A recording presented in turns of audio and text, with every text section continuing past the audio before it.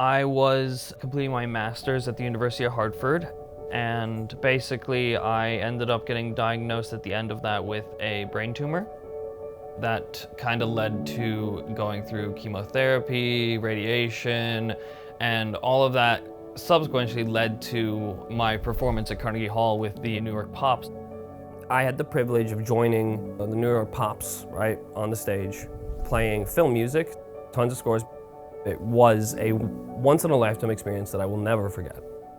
2 weeks later from then, I ended up suffering a stroke in my sleep.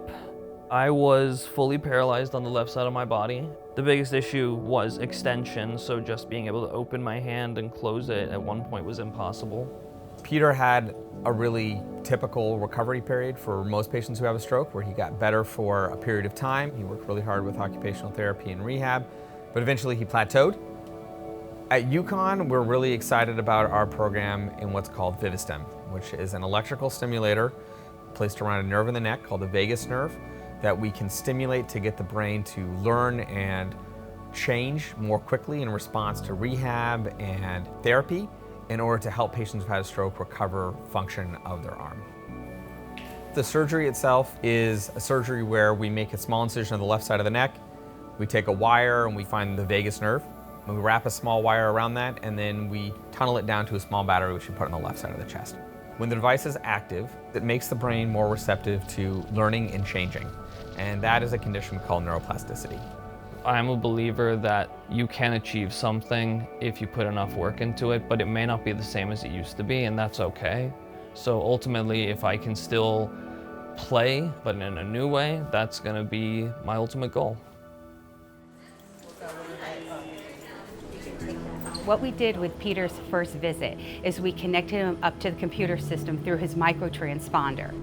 And we set it to a setting so that he could stimulate the vagus nerve, which allows him to actually lay down some motor tracks for him to increase his ability to move his arm. Now let's take them all out. So we have to get him used to, and his brain used to doing different types of tasks at a repetitive nature. We have done a lot of work with him. We've done a lot of adapting of the bow and actually positioning of his arm. And now he's able to play a little bit more smoothly. But we have a lot of work to do, but he understands, and we know that if he continues to work at the pace that he is, he's definitely gonna improve and improve.